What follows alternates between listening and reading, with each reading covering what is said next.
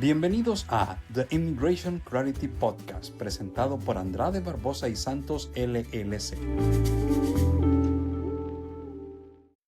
Hola amigos, ¿qué tal? Bienvenidos a The Immigration Clarity Podcast, presentado por Andrade Barbosa y Santos. En este programa analizamos temas complejos de inmigración para que individuos y familias puedan entender mejor sus opciones. Mi nombre es Carlos Marroquín y hoy me acompaña la abogada Nélida Barbosa, socia de la firma, quien se enfoca en inmigración basada en la familia y defensa contra la deportación.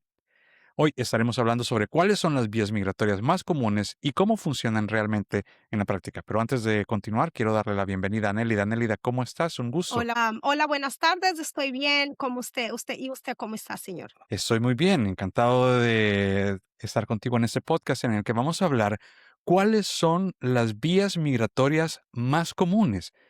Y para comenzar, Nélida, ¿puedes compartirnos un poco sobre tu trayectoria y el tipo de trabajo migratorio en el que te enfocas actualmente?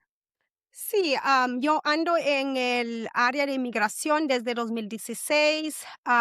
Yo soy también inmigrante, vino aquí a Estados Unidos a los 17 años, pero en trabajo de inmigración empecé primeramente en un bufete de abogados de inmigración, a donde hicimos muchos casos adelante del juez de inmigración, casos con USCIS. Después de ahí terminé mi escuela de derecho y empecé a ser abogada en el año de 2016, entonces ya llevo, no, disculpa, en el año 2020, entonces ya llevo como 6 años como abogada de inmigración. Muy bien, eso es una trayectoria importante. Y entrando en materia, Nélida, cuando alguien está tratando de entender las opciones que tiene en materia migratoria, ¿cuáles son las principales vías migratorias que suelen surgir con más frecuencia? Aquí lo que nosotros hemos visto, lo más frecuente para una trayectoria migratoria, primeramente es la petición familiar aquí en Estados Unidos y también defensas contra deportación, a donde se incluye asilo o otros casos adelante del juez de inmigración, pero lo más que uno mira aquí es casos de familia donde usted puede hacer una petición para su familiar si eres ciudadano americano, si tienes una residencia aquí. Porque también hay otras vías, ¿no? Están vías de trabajo, vías a través de la trayectoria legal que los inmigrantes han tenido, pero también vamos a centrarnos ahora en las peticiones de familia. Sí, estás correcto, porque hay otras vías, pero los más que uno ve es de familia. También hay otros como recursos que uno puede aplicar por visas como defensas humanitarias que son visa U, uno puede aplicar por visa T, por otros tipos de visa y también esos también son otros vías donde la persona puede tener su estatus aquí en Estados Unidos. Incluso otros casos como el asilo político, ¿no? Eso también es una forma de inmigración, es una forma de inmigración legal, pero no vamos a hablar de eso en esta oportunidad. Sí, hay muchos, trabajamos muchos con casos de asilo adelante del juez de inmigración y también para personas que no están adelante del juez de inmigración, hay asilos también con otro departamento de inmigración, si esto es correcto. Nelida, ¿cómo funciona normalmente la inmigración basada en la familia?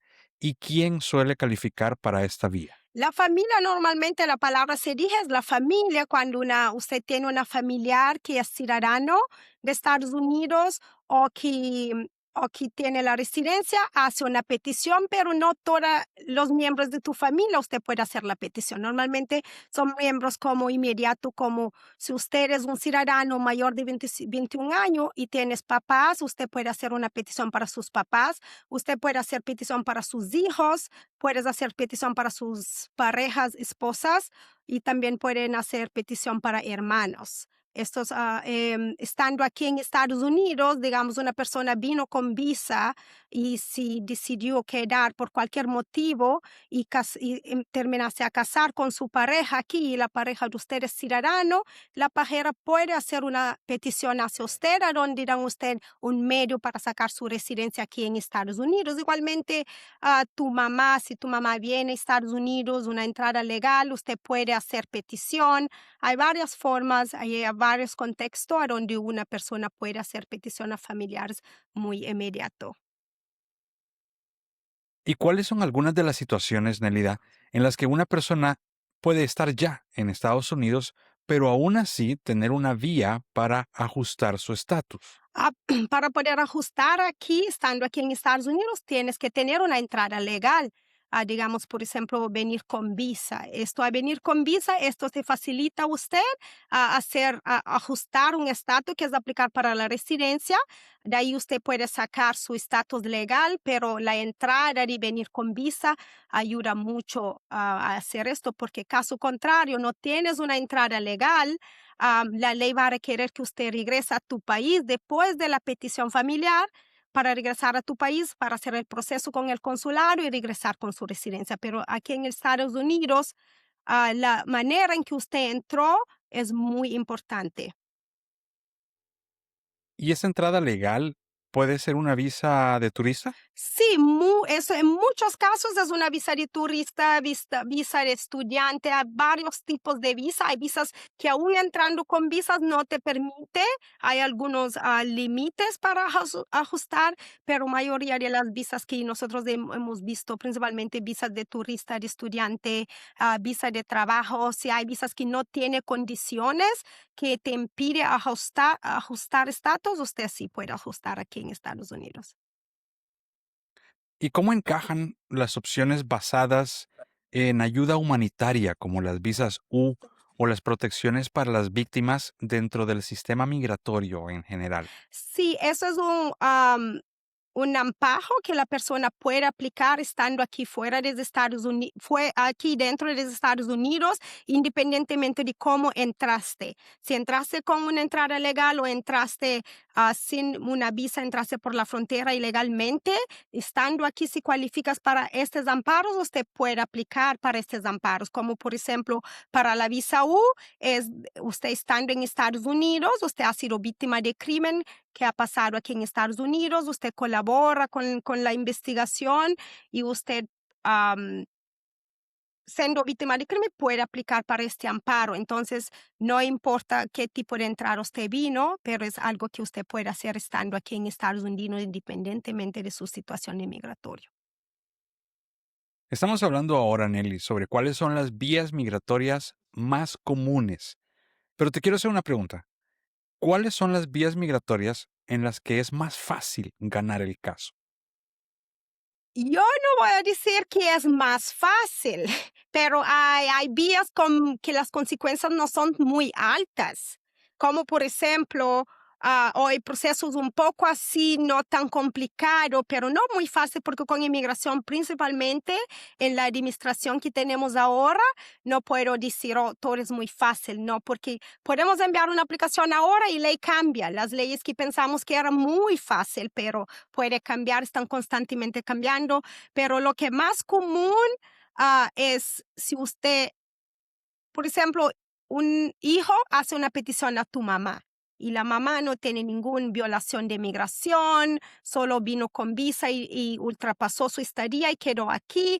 Tienes un hijo mayor de 21 años, puedes probar que siempre ha estado en la vida del hijo. El hijo puede hacer una petición a usted.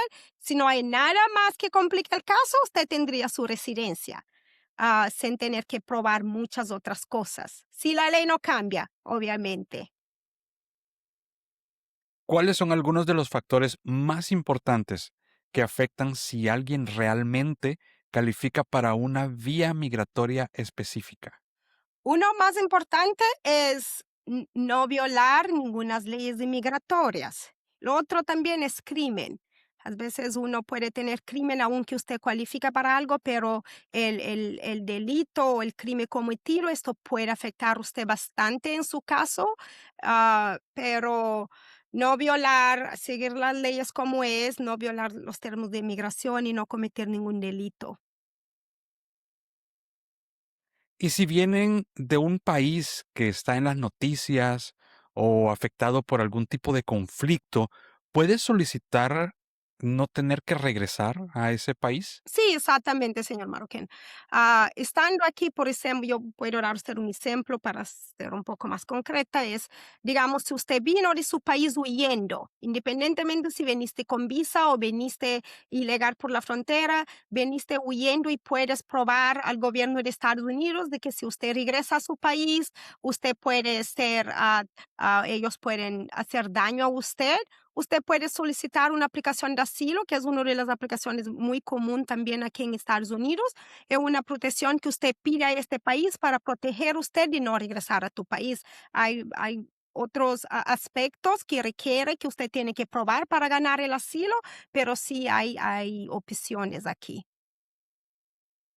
Estamos hablando de cuáles son las vías migratorias más comunes y hemos hablado de la vía familiar, en la que un familiar puede pedir a alguien, mientras más cercano mejor, y si es de madres a hijos o de padres a hijos o de hijos a padres, pues es muchísimo más fácil. Hemos hablado de la vía humanitaria a través de la visa U y hemos hablado también a través de la visa por asilo. Para el caso de la visa U, Nélida, ¿la persona tiene que haber sido víctima de un delito en los Estados Unidos o puede también haber sido víctima de un delito en su país de origen? Aquí en Estados Unidos, pero digamos, si yo tengo mi esposo y yo estoy aquí en Estados Unidos y soy víctima de crimen, yo aplico por visa U, pero también mi esposo que está fuera de Estados Unidos es un beneficiario en mi aplicación. Entonces, él no tiene que estar aquí en Estados Unidos para beneficiar de la visa U. Yo puedo hacer mi petición principal y poner mi esposo, mis hijos, aunque están fuera del país. Pero técnicamente los crímenes pasan aquí en Estados Unidos. Hay otro tipo de crimen que no es visa U, como visa de tráfico, si ellos trafican usted desde tu país hasta aquí, hay varias definiciones sobre el tráfico humano por todo pero visa U pasa aquí en Estados Unidos y hay personas fuera de Estados Unidos también que cualifican como un beneficiario. un de- Y podríamos decir, Nélida, que para el caso de las personas que han sufrido delitos en su país de origen está el asilo político. Sí, eso está en asilo político. Si uno viene, aún está en el proceso adelante del juez, puede hacerlo. Si no está en el proceso adelante del juez, también puede hacerlo aquí en Estados Unidos. Cuando alguien tiene más de una opción posible, ¿cómo evalúas tú cuál es la vía más adecuada? Yo, lo que yo me gusta hacer es explicar las opciones a las personas, evaluar cuál es que tiene menos consecuencia severa en el caso, pero la opción normalmente es de la persona. Pero yo opto más para hacer lo que no tiene consecuencia muy grave o lo que no pone persona en una situación más peor de lo que la persona ya está, pero en muchos casos las opciones es dar las dos opciones o más a la persona y la persona escoge o ayudo a ellos a ver cuál es la posibilidad en una opción o la otra, pero es todo depende de la consecuencia del caso y la probabilidad de que uno gana dependiendo de la opción. Al final la decisión siempre la tiene el Sí, cliente. sí, muy. Es como nosotros trabajamos para el cliente, estamos aquí para asesorarlos, para ayudar a ellos a entender el proceso y hacer el proceso más fácil, pero la decisión tiene que ser de ellos. Y dada tu trayectoria profesional, todos los años que nos contaste al inicio que tienes de experiencia dentro de tu campo de trabajo, ¿tu experiencia les da una ventaja a tus clientes al manejar sus casos? Háblanos un poco cómo tu experiencia les ayuda a tus clientes. Imagino que sí ayuda, primeramente por ser inmigrante también, yo vino aunque no he pasado por muchas cosas que las personas han pasado, o tal vez mi trayectoria es un poco diferente, porque mi mamá hizo una petición para mí, que es el proceso de petición familiar, yo vino aquí, pero de forma que yo escucho a ellos, hablo sus idiomas, estoy aquí para explicar el proceso a ellos, ser muy transparente con ellos, no engañar a ellos o solamente decir, oh, sí, esto es muy fácil, usted va a ganar, pero sí hacer que ellos entiendan el proceso, yo sí creo que es un ventaja para ellos, porque al entender el proceso, ellos al menos ya saben lo que esperan en el futuro. No perfectamente porque algo cambia, pero al menos ya tienen una idea de cómo funciona el proceso. Nelida, para hacer tu primer podcast lo has hecho maravillosamente bien. Imagino que no, pero gracias. Antes de terminar, desgraciadamente se nos ha terminado el tiempo, pero antes de terminar, quisiera saber si hay algo que tú consideres que se nos quedó, que es importante que las personas lo sepan respecto a cuáles son las vías migratorias más comunes. ¿Quisieras agregar algo? Sí, quisiera para cualquier persona que me escucha, en la época que estamos, que todo está cambiando, todos los días, cada minuto que hablamos, algo está cambiando. Tienen que buscar asesoramiento con abogados de confianza. No van a notario público, no solamente escuchan noticias por televisión o usar ChatGPT para pensar que sí tengo la opción de hacer cualquier cosa. Antes de enviar cualquier documento, busca un consejo legal, busca un abogado que usted comprende, que explique a usted el proceso antes de que usted tome el riesgo en cualquier cosa. Es siempre buscar información, el primer paso al hacer. Nelly, muchísimas gracias. Eso es todo por el episodio de hoy de The Immigration Clarity Podcast. Si usted desea obtener más información sobre Andrade, Barbosa y Santos o hablar con alguien sobre su situación, usted puede visitar abslawllc.com. Gracias por escucharnos y no olvides suscribirte, compartir este episodio y dejar una reseña para que más personas puedan obtener la claridad que necesitan. Nelida, muchísimas gracias. Un gusto. Placer, gracias. Gracias por sintonizar. Si este episodio te gustó, no olvides dejarnos un mensaje en la caja de comentarios, suscribirte y regalarnos un like.